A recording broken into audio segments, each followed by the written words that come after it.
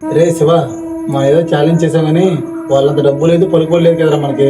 అవునరా, మన వల్ల మన ఇంట్లో వాళ్ళకి ఏం కాకుండా ఉంటే చాలు.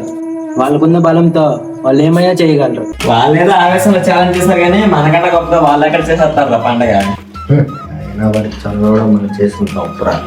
అవునన్నా, మనం ఏంటో చూపిద్దాం. వాళ్ళకి భయపడేటట్టు మనం రెక్కడ దగ్గర డొక్కండి బతుకులు వాళ్ళే బీక్తారు మనకి. ఇవన్నీ చేయాలంటే డబ్బులు ఉండాలి కదా, ఎలా మరి? ఎవరి దగ్గర ఎంతో తీయండి ముందు.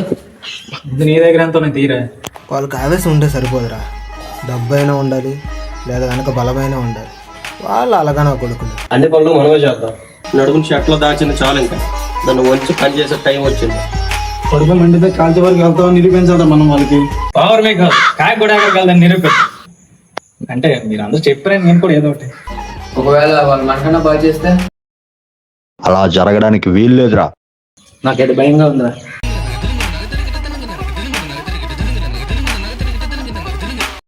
ఏం జరిగినా నేను చూసుకున్నాను. ఏం జరుగుతుందో అర్థం కావట్లేదు కదా. ఈ రెండు గ్రూప్స్ చాలా అన్యోన్యంగా ఉండేవి. ఇప్పుడు ఎందుకు ఇలా గొడవలు పడుతున్నారు? అసలు ఈ గొడవ ఏంటి? ఈ రెండు గ్రూపుల మధ్య ఛాలెంజ్లు ఏంటి? ఇవన్నీ తెలుసుకోవాలంటే 2వ తేదీన కలుద్దాం.